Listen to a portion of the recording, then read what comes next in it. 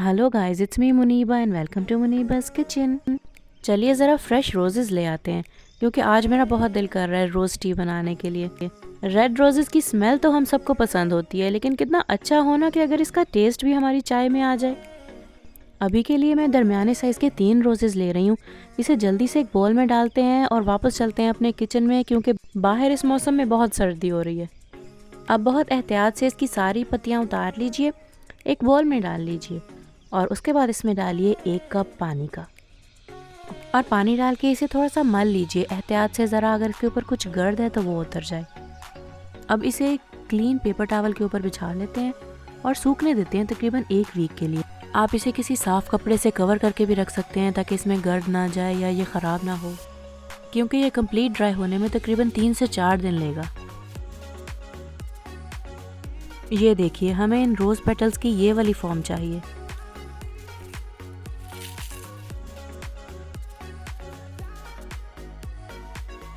अब एक ग्राइंडर में ले लेते हैं 4 लौंग, 12 सब्ज़ इलायची, कुछ फ्रेश जिंजर और 1 सिनेमन स्टिक।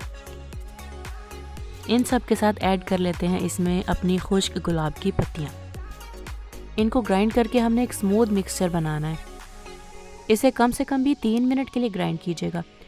अब मैं इसे खोल के देखती हूँ। नहीं, अभी शायद ये और 2 मिनट लेगा।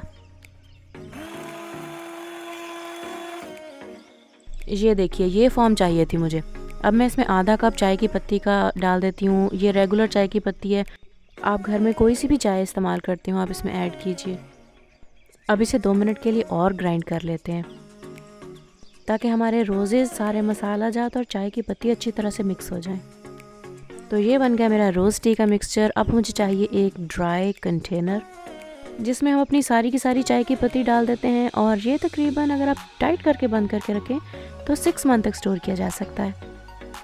और जब इसकी चाय बना के आप मेहमानों को सर्व करेंगे ना, तो उन गेस्ट को बताइएगा ज़रूर कि आपने इस रोज़ टी की रेसिपी मुनीबास किचन से देखी है।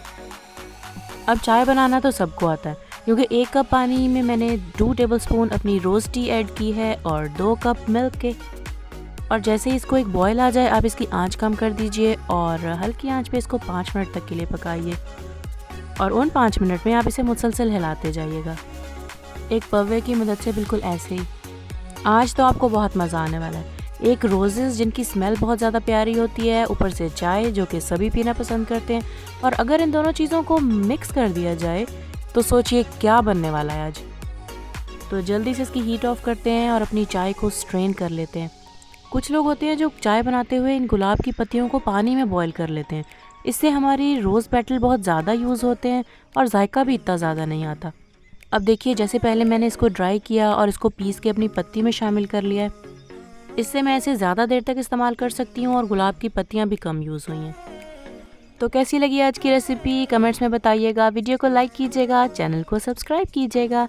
मिलती हूँ आपसे नेक्स्ट रेसिपी के साथ। Bye bye.